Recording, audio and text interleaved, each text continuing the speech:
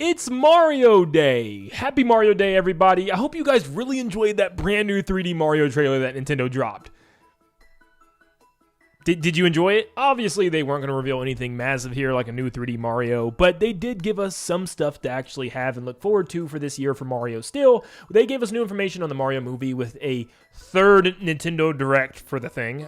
We didn't need it. It didn't show anything too crazy, but, you know, sure, more information on the movie is always great. They also have 3 NSO drops for the day, 2 of them being Virtual Boy games, Mario Tennis, even though we just got a Mario Tennis, Mario Clash, and then we got Mario vs. Donkey Kong on the Game Boy Advance, even though we already got Mario vs. Donkey Kong on the Switch. So those were the main things leading up to Mario Day. I mean, what'd you expect? It's not like they were going to give us a second overview trailer, which would be like the 4th trailer for Mario Wonder Switch 2 Edition. Plus, they already had a Nintendo Treehouse. Why would they give us another one? They wouldn't do that. Oh, guess what? They did. Yep, Nintendo gave us yet again another overview trailer for this, which they're really pushing, man. And that kind of scares me. It kind of tells me that they don't have much else planned for the year, or like at least for the first half of this year, because they're really pushing this thing as like their big first part of the year title, which is so crazy to me because this is a 3-year-old 2D Mario game with some added content. But let me stop being negative for a second. I know, I'm being a butt. The multiplayer modes actually look like a lot of fun, and I think some of my friends are actually going to have a blast with this thing. But I'm more focused on the single player stuff, and I really like what I've seen with the Toad Brigade training camp. There's 74 individual missions that put you in like remixed versions of levels that already exist,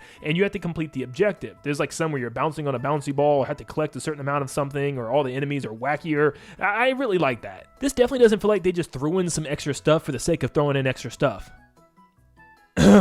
There's like tons of badges and emoticons to collect, and you can even decorate the whole hub area and flowers and even add instruments to the Poplin marching band to liven up the area. I mean, they truly went pretty deep with this stuff. I mean, clearly Toad thinks so. But of course we have Rosalina here, and thick Rosalina. I know today's one magical day for some people. Also, for some reason, Ghost Pikmin now appear in the background in one of the Ghost House levels for some reason. We actually learn more about the Koopalings, and they show us one more Koopaling transformation with Morton. Morton's in the deep magma bog, and they actually show off a little bit of the boss battle here. With Wendy transforming into a Cheep Cheep, I thought all the Koopalings would follow suit and transform into different enemies from the game. But I'm so happy that's not the case because they're getting even more creative. Look at Morton! He's like this giant toy puppet thing. It just reminds me of Puppet Ganon from Wind Waker. Dude, I love this so much. It's so colorful and fun feeling. Gosh, I love this. You can see the Lakitus pulling the strings in the foreground and background in order to control him. It looks like we have to get through the level while dodging his attacks, and then at the very end, we have to pull certain cords that appear by climbing up the boxes. And I know this probably isn't even going to be that difficult, but I don't need it to be difficult. I just wanted the bosses to be fun in this game,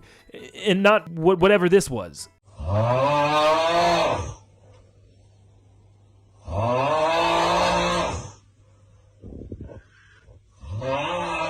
Plus, Mario has this new flower transformation, which turns him into a little zesty boy. I love this thing. Seeing the power-up completely change the character's animations as they now skip when they run, and there's like different twirls they can do in the air. I love how much effort was poured into this thing. Oh yeah, there's also an easy mode, but you can only get it if you pay $20 for this.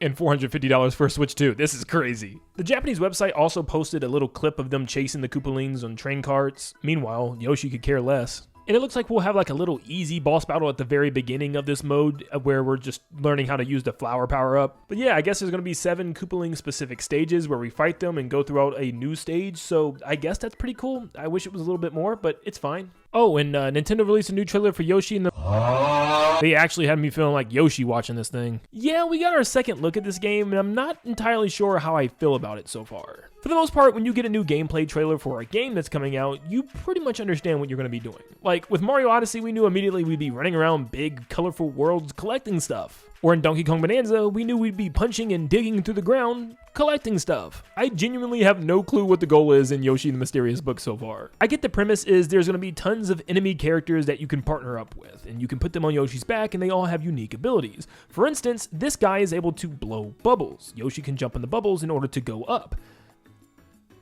Yay, I guess? I don't know, maybe it's just the level that they showed, or maybe it's just the way the, announcers talking about the game. It's just so monotone and so boring feeling. One thing I do like is it doesn't look like it's one of those 2D games where you're just rushing to the end platforming. You know, you get to the goal, you move on to the next stage. It looks like you're going to be spending a lot of time in each stage, like fully exploring it and everything it has to offer, doing tons of things to find collectibles and exploring with different mechanics. For instance, with the frog guys, you can feed them different fruits or vegetables or different things in order to change the way the bubbles act. You can have like pink bubbles that turn into hearts, or you can have apple bubbles that allow you to float higher, giving the game more of a puzzle element to it, so I can see this game having tons of collectibles, which I definitely love in my platformers. In fact, the collectible and mission aspect seems to be the most important part of the game. You'll be getting stars and rewards for doing certain missions for each chapter, and it feels like that's what you're supposed to do instead of just rushing to the end. Each chapter has smiley flowers and tons of little objectives that they want you to complete. Not to mention, it looks like some of the characters that you come in contact with, you can actually name them yourself. That's actually pretty cool. It's almost like nicknaming your Pokemon. I don't know, maybe there's some really interesting stuff here that we just haven't seen yet. I'm sure there is, but it just seems like yet again another game targeted specifically for children and children first, like Princess Peach's Showtime was. But the art style looks beautiful, and from what I've heard so far, the music actually sounds good, unlike Crafted Worlds. And also, this is in the present finally, because Bowser Jr. is here. But they give us a release date for May 21st, which in my opinion shoots down any idea of them giving us a future General Direct anytime soon. Now, that's pretty much it for Mario Day this year. There was a lot of stuff, but personally, I think the one thing that they were missing was something really new. You know, it was lots of spin-offs, older games, but nothing big, new, and exciting for Mario. No new 2D Mario, no new 3D Mario, of course.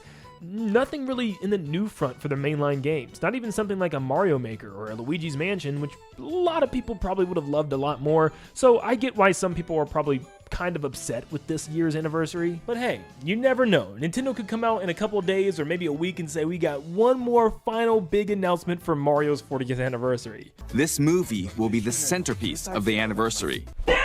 Yeah, maybe I'm looking far too into this thing, but to me this sounds like Nintendo is closing the door on any future 3D Mario announcement, at least anytime soon. Yes, technically the anniversary is done at the end of this month, but I mean, would it not be super stupid to not just announce your big, huge, ambitious, massive 3D Mario game when it lines up perfectly with the anniversary?